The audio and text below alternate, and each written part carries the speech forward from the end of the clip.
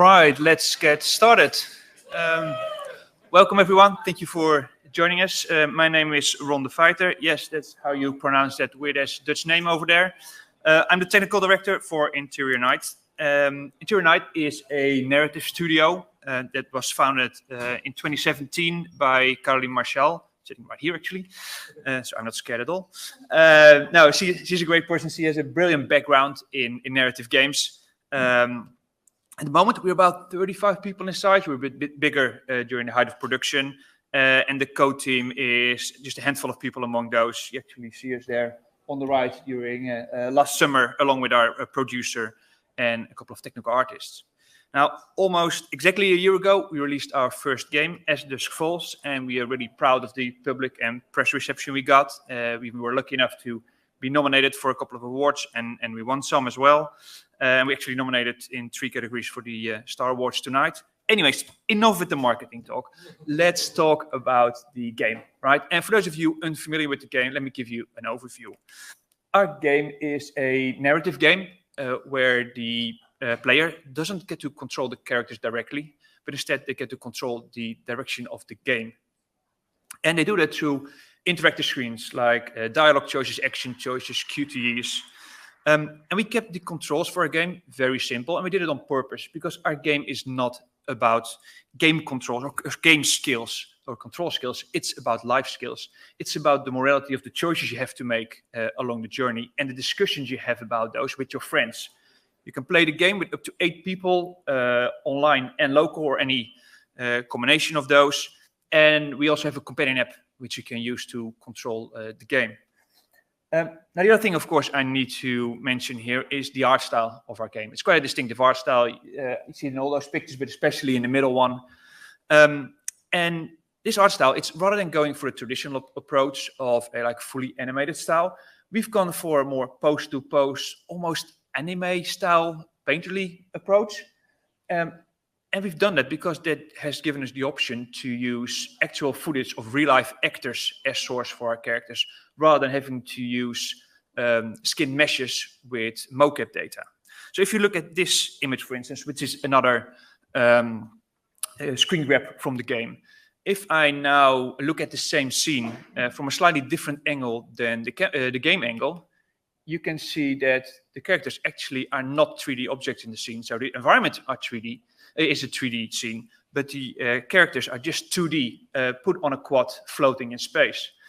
And this allowed us to have much better facial expressions and to transfer the actor performance from the shoots much better into the game. And this in turn means we are much better able to convey the feelings and the emotions of the characters.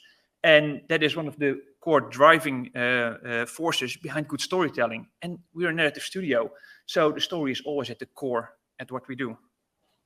Now, it's not uncommon for code talks to show like this brilliant algorithm to shave some milliseconds of your frame time, or some brilliant algorithm for a new system or effect. This is not that kind of talk. Don't get me wrong, I love those talks. They can be brilliant, right? But this talk is about something else. This talk is about something else that's also very relevant, I think, for a code team in the gaming industry. And it's about recognizing and building the tools and pipelines that your content creators need to build the game, and not just build the game, but build it efficiently. So I'm going to be talking to you about the pipeline we created to realize this 2D, 3D art style that we're using. I'm going to be showing you some less obvious things we did with continuous integration to allow quick iteration time on this content. And I'm going to show you quite a few Unity tools we created just to help the content creators to make their work easier or more enjoyable, take out the tedious parts of it. So I hope by the end of this 45 minutes to have shown you like a little bit of background of how we make the distinctive parts of the game, but more importantly, to have been able to inspire you to find creative ways to help your content creators build the game. All right, let's start by setting a bit of a framework for the rest of the things I'm going to talk about. Let's talk about the game structure. Now, if you zoom all the way out, if you go to the core of the concept of our game, it's basically a giant flowchart. and the player controls the path that you take through this flowchart. Now, obviously, this is just an illustration. Our flowchart is way bigger than this. On average, per episode, our game is an episodic game. We've got 6 episodes. On average, there is about 700 of these nodes in each episode. And these nodes are basically either cutscenes or interactive scenes, which are basically just cutscenes with some interaction on top, be it a QTE or some other choice mechanic. And in Unity, which is the engine that we use, which I hope you guessed by the title of this talk, we have each of those nodes, we call them fragments, by the way. Each of those nodes are a Unity scene with a timeline in them. So let's take a look at the timeline. I mean, those are the usual suspects that you expect to see in a cutscene, right? You got the cameras there, you got the frames, we call those character images, we call them shot frames or frames. We got animations, we got audio, and we got some nodes there, which is basically instructions from the writers team to the cinematics team to help them implement the scenes. Those don't end up in the game, but our script pipeline adds them automatically to the timeline for them to have them right where they need them. Now, zooming on some of those tracks, we have the cameras. We have a Cinemachine track there. We only have one camera, one Cinemachine camera for a whole episode. And our fragments, they use virtual cameras for each of those clips to drive the camera through the entire episode. And then we got some animations on those to make them more dynamic. If you then look at the fragments or the shot frames, you can see that we not only implemented a custom track and custom clips in Unity for those, but we even implemented custom visualization of those in the editor, just to make life easier for the content creators working with those. Now I'm going to skip over the other groups because they're quite standard what's in there. But we added loads of other custom tracks to build what we need, showing up in like different types of fragments. So we got the QTEs are actually on the timeline where the clip defines where it actually is and what the properties are. We have a track to actually set the exact moment we release achievements. We got a track where we can actually set a point where you want to take a screenshot from the game, which then becomes available in the UI. And we have a server process that basically take those screenshots. That way we didn't have to take them manually and update them every time we change some content in the game. Now, of course, those fragments, they just contain like the timeline of what happens at that moment, but you need much more to run the game. So we use additive scene loading in Unity. And basically what we do is anytime when you're in an episode, you will have at least those fragments, those scenes loaded. So there's the core scene, which contains the core logic of how you actually run through this flowchart. It contains player management, UI, telemetry, all those kind of things you need for your game. Then on top of that, we load the episode. And the episode is basically contains a data structure that describes the flowchart for that specific episode. On top of that, we have the environment, the 3D environments and the lighting of where everything is taking place. And on top, finally, we have the fragments, so those timelines that you've seen before. Now, as I mentioned, our game is basically a big flowchart. And although it's very, very branchy, at any like bit where you actually are in the game, there aren't many ways you can go just in the short term. There's only like wide stuff that you can go in the long term. But since that is the case, we can predict where you can go. And what we can do is we can basically load everything we need in memory before you actually get there. So that's how we create basically a narrative game, which there's only one loading screen per episode, which is at the start of the episode. After that, there are no more loading screens because we're loading everything in the background. Now, that is a pretty simple, straightforward concept, and it's not that complicated. But there were a couple of hurdles we had to overcome. First of all, the writers. I mean, they can write any old shit. And I love them, right? And usually they write really good stuff. But sometimes they have this idea that, yeah, I want to have this character run through 3 completely different environments in 2.5 seconds. Yeah, thanks for that. That's not going to work. So you need to negotiate with them, right? You need to have some feedback loop where you feedback and you refine the story to make it within the limits. But we also had some technical issues to overcome. And those had to do with the way Unity allows you to load scenes. And there's an asynchronous load you can use, which is great, so you can do it in the background. The problem is if you have an environment scene which is really big, you basically start loading the scene, and then it starts loading all the assets that you need for that. And only when it has loaded all of those, then it will return done. Makes sense. But you cannot pause it to quickly load something else in between. And we needed that for our quick fragment changes. So what we did to solve that is basically we turned this concept on its head. And we analyzed the scene, and then we found all the assets that we needed for it. And then in our own code, we started loading those assets one by one. But now this is our own code, so we can just inject any fragment that we want to load in between. And only when we've loaded all the assets did we then start loading the scene. But now when you load the scene, it will find that everything it needs is already in memory, and it loads instantly. Another problem we had to overcome was with light maps and light probes. So if you load a scene with those in Unity, it applies them immediately. It's really annoying for us because basically we want to preload this in the background while we're still showing something else. So we had to add some code basically to immediately, as soon as those were loaded, reapply the old ones that we were actually showing so that we could keep those in memory until we actually needed them and then apply them. All right, moving on to the character pipeline, or how do we get those 2D characters in a 3D game? And funnily enough, that actually starts with post characters. Those are skin meshes. We still have them at the start. And those were really simple ones, to be honest, pretty ugly ones. But at least we could recognize the characters. And the cinematics team basically filled the entire episode with those post characters going from pose to pose, filling up the story. And we created all kinds of tools for them. So we have a pose library, we have a character library, we have a tool to do inverse IK to tweak individual poses. We even had a tool to control the facial expression. Now, to be honest, in the end, we didn't use that much because rather than being useful, it was actually scary. I mean, what expression is there? I don't know. I don't know. Anyways, what we were able to do with those post characters, we were able to create what we call an animatic, which is like a gray box version of the game. So we have those post characters, we have static cameras, we have gray box environments, but we have the, even with simple UI, we have the functionality, the choices you can make, we have the pacing in there. And that gave us a version of the game, basically, of the story, of the episode, really early on.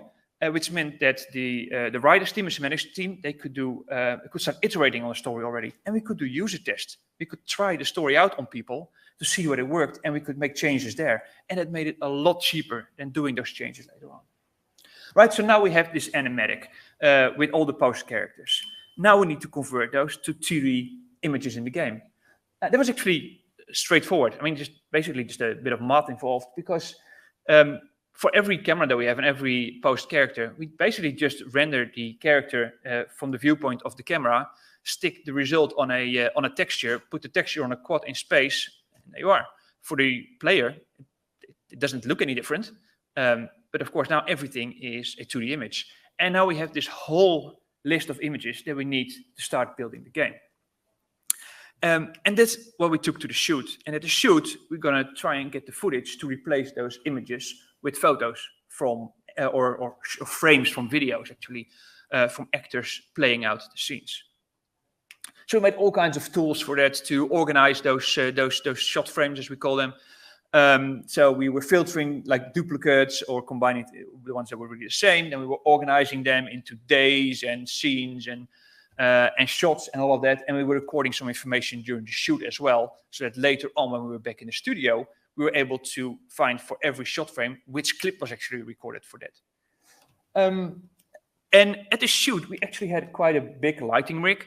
It consisted of almost 100 individual lights.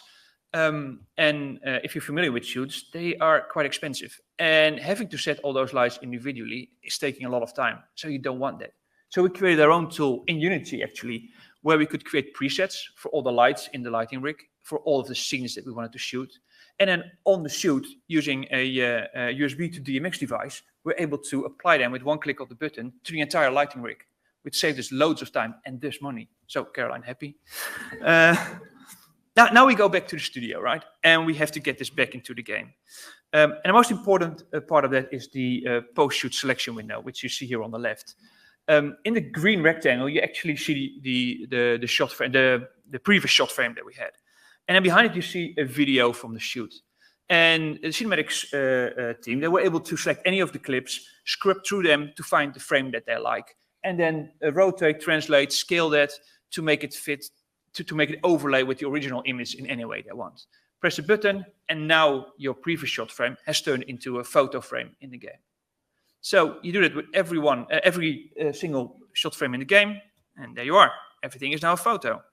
On to the next step, stylization. We need to get it into the style of the game. So that started again with a bit of automation. So we automatically remove the background. Then we put it into a PSD file, so a Photoshop file, put it in source control, but also putting it in ShotGrid. ShotGrid is an online asset management tool and review tool that the 2D team use to work on those shot frames and to organize their work. And we put some automation in place so that they were basically able to directly from the web interface that they have to start work on one of those. It would check it out from source control. It would open it in Photoshop. They could work on it. And in the end, they could submit it, and it would the Photoshop file would go back into source control. And also, we export a PNG for use in the game. So assuming that the 2D team do all of their work, everything is now stylized in the game. We're there. Yay! No, not yet. There's one more step to go, the customization.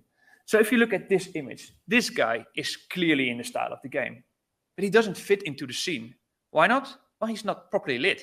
The problem is we can't just use the normal lights that we use for the environment to light him because he's flat. He has no substance in that sense. So we added a load of tools based on Photoshop tools, so the 2D team were very familiar with it, to light this guy. So you could set like brightness, contrast, ambient, direct light, all of those. And then as a result, it would start looking like something like this. Maybe a bit dark for you guys, but this now fits way better into the scene. And it didn't stop at that. For some frames, we added some extra customization on top. So we, for instance, have dynamic lighting. So we could switch between two of those settings, for instance, with police lights, flashing police lights, to go between the blue and the red. We had overlays, which could be conditional. So we have this bite mark, for instance, that you could have based on the choices that the player made. Or we have some shot frames that were animated to make them come more alive, where this hair is flapping in. I don't have hair. Where the hair is flapping in the wind, right? I'm sure the 2D team can do a great beard. I don't know. Anyways, so now we have the shot frames in the game in the way that we want. So this wraps up the pipeline that we created for the shot frames. So I want to move on now to continuous integration. And of course, we have automated builds. We do like continuous compiles. We do automated builds overnight. Sure, every game does that. I'm not going to talk much about that. Instead, I want to focus on, for instance, this tool, which is Debug Dron, which is a tool which gave everyone in the team direct access basically to any recent build.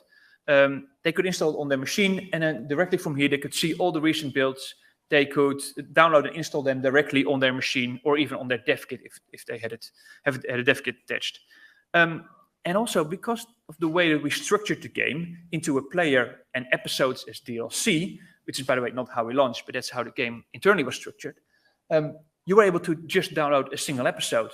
So if you just had to review a bug or something in a specific episode, you could save the time by just downloading the episode. And that actually tied into another tool we put into Unity, which was really helpful for us, which was the possibility of running the game in the editor using the DLC rather than the assets from source control. And that way we caught quite a few bugs that were actually due to the way we packed our assets or how we filtered our shaders, because they wouldn't show up if you just used the assets from Perforce. Or source control, just giving away which source control we use. And also that I still call it Perforce rather than Helix Core, but lots of people probably do. Now talking about debugging, I also have to mention our beloved Debug Dron. Now, as I mentioned, we have in our game a companion app, which you can use to control the game or to use it as a controller. But it also doubles up as a debugging device.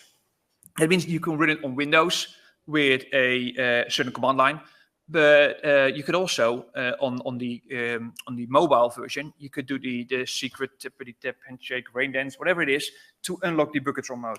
And in Debug Dron mode, you can control all kinds of things about the game. You can jump directly to any bit of the game. You can control game variables. So the design team, they were able to tweak the game basically at runtime finding out what settings worked. But also, even in user tests, they were able to control basically what was happening and to drive the experience for the users. But also for the code team, it was really helpful. Not just because you could jump to all the parts of the game as mentioned, but also because you could inspect the objects, the Unity game objects or the properties on them, or you could pause the game and fly the camera around the environment to find issues. So all those kind of things were really helpful. But not just at runtime was Debug Dron really helpful. We also use it as a tool to drive all kinds of continuous integration processes. For instance, in a corner of the office, we had every version of the Xbox console that we were going to release on, as well as 3 reference PCs with different specs. And the game was running on them all the time. And we were measuring the key performance statistics from it, right? The memory usage, frame rate, those kind of things. And made those available on a web server. So in a browser, we could review how well we're doing for all of those fragments throughout the whole episode. And we could even compare it with previous builds to see if any changes we made, if they had any benefits. And all of this was basically driving off of Debug Dron that was running on a machine which was driving the game running on a dev kit. And Debug Dron also did our video recording. So because it's a narrative game, basically, you know everywhere where you can go in the game, basically. And we could record every bit of the game, and we did so. And it took about 24 hours to record all of that and upload it. So we did it every day, basically. And that was really helpful for the art team because they were able to quickly go to a bit of the game and review that area without having to download the game or go to the right bit or make the right choices to end up there, or even basically to scrub back if something happened, like, oh, what did I see there? You can go back, right? And also for the code team, it was really, really helpful. Because those videos were stored for 30 days, which meant that if you get a bug, like some graphical issue, you can go back to the videos, try to find out when it actually happened. And if you were lucky, you could find in the videos when it started happening. And now you get a window of 24 hours, and you only have to look at the change lists of those 24 hours to find where your bug comes from. Saves a lot of time. And if we look at those videos a bit more closely, there's actually a bit more going on. So, of course, you got your default information about like what was the latest change list in this build, when was it made, what's the exact location in the game, all that kind of stuff that you would expect, which we also, by the way, had in an overlay that the QA team always used. So any screenshot always told us where we were. But there's more going on here. Those shot frames in this frame, or all the shot frames, to identify them, we use an ID, which is a 16-digit hex ID. Not that user-friendly, right? But it helped us to keep them apart. I mean, we had almost, at some point over 20,000 of those, right? So we need some ID to keep them apart, and just a name won't work. But in a frame like this, it's like, yeah, if there's a problem with one of those shot frames, how do you know which one it is? Do you have to load the game and find out exactly in the editor what it is?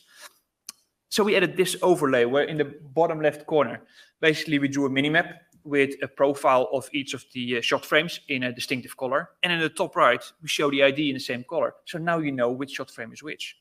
It's a big improvement, but I think after maybe doing this once or twice, the 2D team were quite bored of having to manually copy this ID and then paste it into in ShotGrid. So we added something else. And that's what you see in the bottom right. We basically added a barcode, which contained the same information. And then we gave them a tool which they could run on their own machine, which basically recognized the barcode in any screenshot they had, and basically cut the IDs out, and they could click on a button. It would copy it to the clipboard, and they could paste it into ShotGrid, and off they went directly to the right frame and start working on it. Something else we found out about shot frame is that if there were issues with it, it was always like in a limited set of properties. So it was always something about like maybe it's the rim light or the paint work or the line work or something they call the Terminator. I don't even know what it is. I don't know. Schwarzenegger has to do with it, but anyways, that's what they call it. And we basically made a box for each of those options. And then if our art director wanted to give feedback on those shot frames, he basically just with the color of each of the shot frames, just gave a tick in each of those boxes. And you immediately, and then it would save the resulting image, send that to a 2D artist, or basically add it to the proper workflow, of course. And then they immediately knew what they needed to work on, and it would take him like seconds to do it, rather than having to write down his comments in detail. Now for the art team, something else we did was make snapshots of the environments from fixed cameras, again, every day. And we did it on all the different platforms. And we put them basically next to each other together on cloud. And that allowed the art team to quickly review what those environments look like in all the different platforms. And they could compare them and see if there were any issues with maybe some shader had an issue and some object is magenta or the lighting is different. Basically, you could quickly compare between all the different platforms without having like a dev kit for all of them and having to run the game on all of them, etc. And we even took this a step further. And for each episode, we took all of those images and created a huge mosaic out of them. And again, we created this every day. And now an artist reviewing this, they could basically take the image from today and the one from yesterday and flip between them really quickly. And basically his eye gets automatically drawn to any differences between them. And then he could see like, oh, is this an intentional change? Or is this something that's a bug that we need to address? And this is how far we did it with the current game. I mean, it makes sense to, in the future, take to the next step, right? Take that artist out and just do this automatically and only report when there's a difference, so then they can look at it. We also did some stuff for the producers. We need to keep those happy as well, right? So we added a tool where we collated all kinds of information about the game. And we got that from the files, the Unity files in source control, or we got it from ShotGrid, or we got it from Google Sheets files where they kept track of things, even some things in Excel files on SharePoint. And we combined all that and we put that information in like a flowchart style view of the game. And this could be stuff like the state of the shot frames, or like is it a photo or a previous, or the state of fragments, are the cameras locked, is the time locked, all those kind of things. And we also, you could also show all this data in a table form, so they could basically then copy it into Excel and do whatever kind of further processing they want to do on it. And this idea of using the game, showing the game as a flowchart, is something we also made available for the QA team. So we made a heat map based on the telemetry data. And that's both for how often you visited parts of the game, but also for the kind of choices you were making, both on the QTEs, whether you were succeeding or failing, or which of the choices at choice points you were taking. And this gave the QA team a visibility of how much they visited each part of the game. So they could find areas that needed more attention because they were never getting there. Or it could even show them an area of the game that due to some game logic, you can actually never reach. Now, before I wrap up, I want to mention a couple of other Unity tools that we made. And so taking this whole concept of showing the game as a flowchart to the content creators or the production, we actually took that a step further and actually got that into Unity as a means of finding your way around the game. So if you look at this flowchart, I know it's tiny, sorry. This flowchart is actually the flowchart for episode 1. And anyone who is still awake might be saying, wait a minute, you told us there were 700 of those nodes in episode 1. I can see, even if it's tiny, I can see it's way less than 700. It's about 70, I think, in this image. And it's because we found out that working with a flowchart of 700 nodes doesn't really work that well. It becomes a mess. So what we did is we combined like sets of those fragments that were logically related into something we call chunks. And those chunks, this is the flowchart that you see through the chunks of episode 1. Now, if you select one of those individual chunks, that's when we open the flowchart of the fragments inside that chunk, which could look something like this. And there was huge variation in these, right? There were really simple ones. There were much bigger ones. There are vertical ones. There are more horizontal ones. There are ones that are visually really pleasing. There are other ones, not so much, unless you like spaghetti or so. But what you could do is you can click on those chunks, opens the flowchart for the fragments, click on the fragment, and now Unity loads everything for you that you need to start working. So the episode, the chunk, the fragment, the environment that you need, everything is there and you can start working in the timeline. And when you're done working, we had a very simple key combination, Control F12, which then started the game exactly from that point in the story where you just have been working on. So you can immediately check what it actually looks like when you run the game to make sure everything works as you expect. And then when you were doing that in the editor, we had another window where you could control like how you play through the game. So you could go back and forward in chunks and in fragments, and you get a history basically of all the areas that you've been to.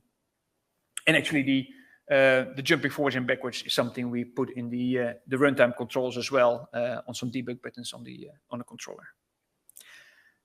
Now, leaving aside or moving on from navigation, I want to mention source control a little bit. So, as you know by now, because I misspoke, we use Perforce or Helix Core, and Unity has a default integration for that, and that's great.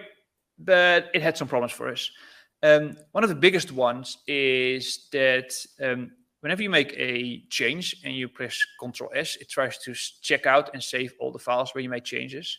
It was a big issue for us because we had the episode scene, which contained the main camera, and then our fragments, they are actually driving that camera. So the camera in the main scene was changing all the time.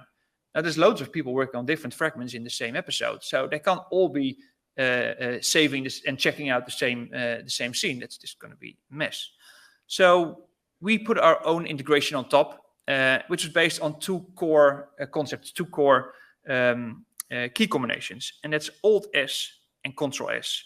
So Alt S claims and saves the files that you have highlighted in the hierarchy, and then Ctrl S no longer saves everything; it only saves the files that you own. So no more accidental saves that you weren't intending to do. Of course, people had to get into the habit of making sure that they check out stuff before they start working on it. But hey, they have to do it anyway. Otherwise, you can get into clashes where two people are working on the same thing at the same time. That's just a bit of workflow. Now we took this a bit further, and in the UI we actually added more feedback. So we show in the hierarchy window as well as in the flowchart window, we show basically the current state where you own it, whether someone else owns it, where it's out of date, etc. And we're using the same colors and iconography as people are used to from P4V. And we even had a window where it showed every file that you own, every chunk or fragment, etc. And you were able directly from that window to submit them with a comment or to revert files that you didn't have. So quite a lot of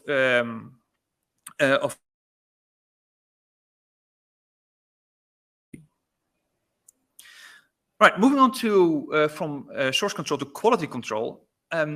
Another tool that we added whenever we saved files, and it was always enforced before you checked anything in, is the Hygiene Checker.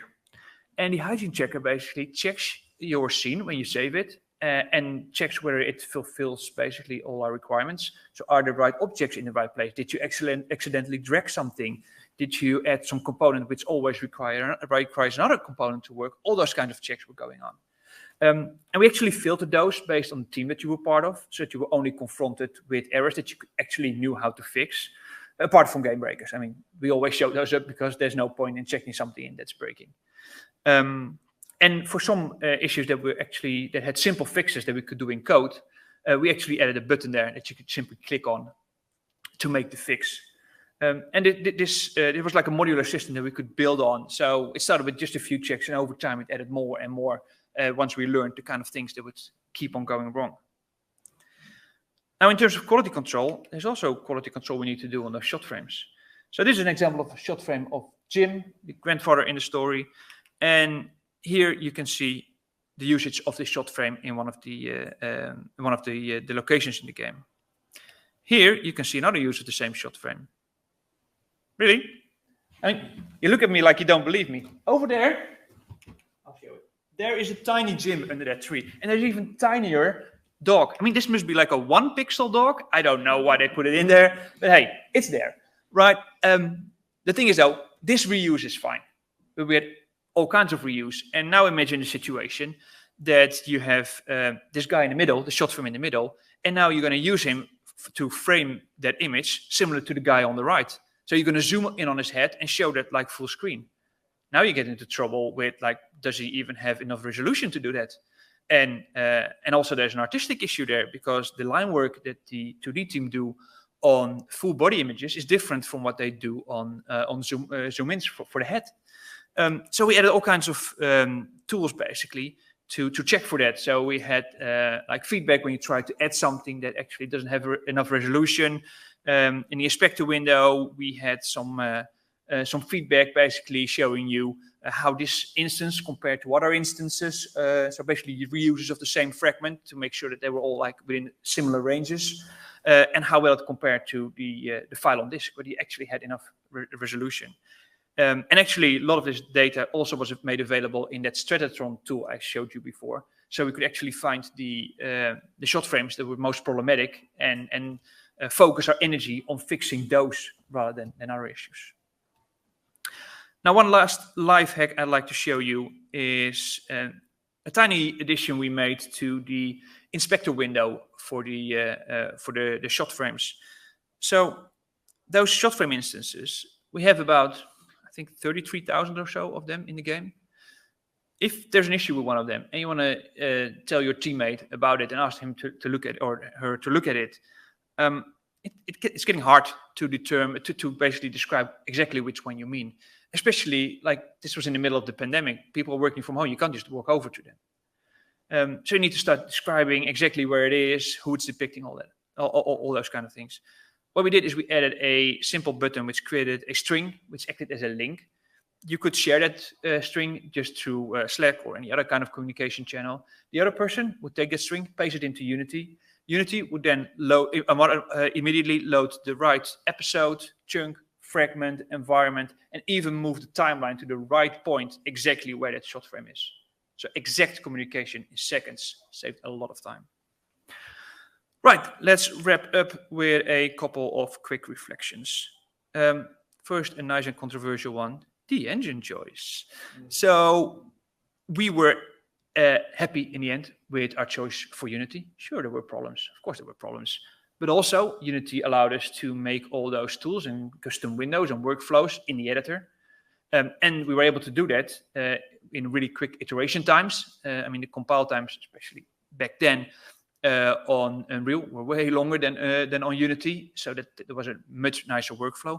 Also, we were still working out how to make this game while we were making it, which means that the content creation teams, quite often, they were using the tools in a different way than we had imagined they would use. So, I mean, on more than one occasion, that results like in errors in your tools, maybe a null pointer exception or so. In Unity, that's just an error message in your console window. That's a lot better than crashing the entire editor, right? So, is it still the right choice for next project? Who knows? Unity moved on, Unreal moved on. The balance might have shifted. Also depends on the properties of your new project, right? Do you want to try and reuse lots of the code that you made, or are you going to do something quite different? So yeah, we are keeping an eye on that, and we have an open mind. So it's something we're continuously reevaluating. Then on Unity, something we started to notice throughout the project is that once your project begins to become really big, I mean, we're really asset heavy, it starts to have an impact, and nothing more than the shot frames. The shot frames are high resolution images, right? And we had somewhere with more than 20,000 of them in the project. Now, if you want to set up a new machine and you want to open the project for the first time on an HDD with all those images, that opening time started to creep up to maybe at some point almost 24 hours. That is not helpful. Imagine making a branch of that and say, yeah, today I'm going to work on this branch. I'll be back tomorrow in 24 hours. That is not helpful, right? So if we were going to make a similar project with similar properties of using those shot frames, we would actually try to move those outside of the Unity project and find another way of getting them into the project, or getting them into the game, basically. Then I don't know how many of you seen Andrew Frey's talk yesterday about automated testing. I just wanted to say that I totally agree with him. Although the examples that he gave were for completely different genre than our game. He showed the examples from Roller Drone, but they still very much apply. And we had some of that, right? We had the hygiene checkers, we had the continuous tools running through the game, trying to find issues. And we even had in our continuous builds, we had tests running, automated tests in there. I just hadn't had time to go through that in detail today. And it saved us a lot of time. So in our next project, we're just going to do more than that. So my message is, listen to Andrew. He knows what he's talking about. And then finally, the last thing I want to say is that every tool is awesome. Now, at least now you know why I am not a singer but a game dev. But the thing I wanted to convey is that find joy in not just making code for the players of your game, but making code for the tools and pipelines for your teammates, for the other people in the other disciplines in your team. Talk to them, listen to them, look at how they use your tools and learn from it. Have brainstorm sessions with them with crazy ideas. You never know, that crazy idea that you had might at some point become the next best thing that will actually save them loads of time and get rid of that tedious thing in their work that they hated. They will love you for it. All right, on that note, that's it. Thank you very much. I think we have a couple of minutes, I think, for some questions. So if you put up your hand, there's a guy with a microphone over there.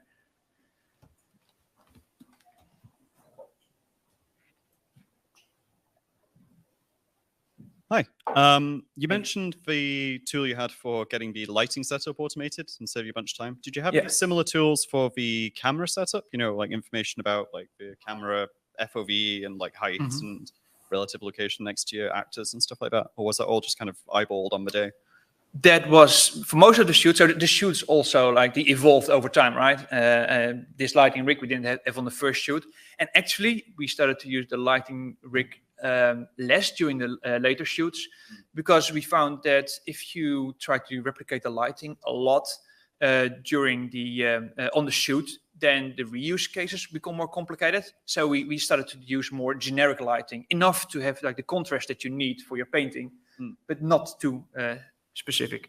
But anyway, sorry, your question was not about the lighting rig, but the camera. Now, most of that was eyeballed, and we had a bit of tooling, like information about exactly where it was, but then you need to find it in the actual space. So it's definitely something that we would like to improve on if we continue with this kind of approach for future games.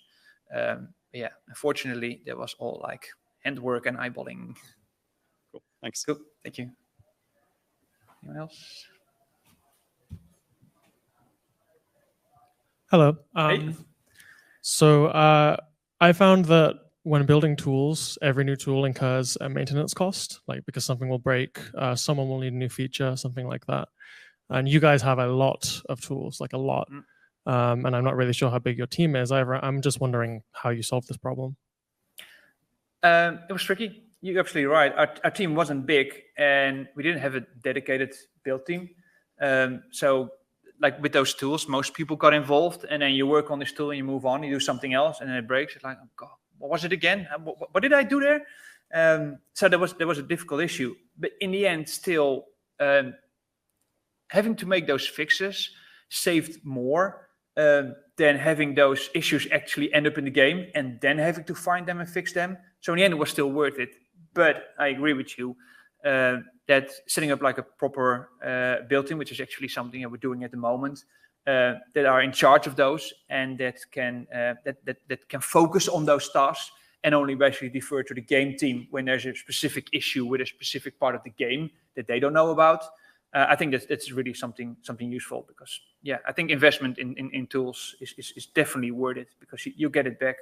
It's hard sometimes to make the case for that when you're firefighting and you just want to get stuff in the game. But sometimes you have to take a step back and just spend the time on it. Right. Cool. Thank you. Thank you. Anyone else? Hi, thanks. Hello. The tools you made, do you find they're quite bespoke to your project, or is it something you'd be open to like open sourcing if applicable? Depends on it. Depends on the tool. Some of the tools were definitely like bespoke for our game, but maybe also for our style of game, because you can of course change the content and build on it and build on those tools and reuse it. But I can't see a lot of those tools you probably won't be using like a first-person shooter or something, right? In that sense, it's quite bespoke. Some of them are more better candidates for open sourcing. For instance, that tool that we used, that Greebly tool that we used for the shoots, that's definitely something that we could open source. It needs a lot of work before you do that, because at the moment it's specifically set up for our lighting rig, right? So we have the UI is entirely bespoke for the kind of lights that we have and where we have them. But the ID is open sourceable. Although there are already quite a bit of open source thing. That's helpful. A white page. What does the page actually say that you're holding up? Okay, cool.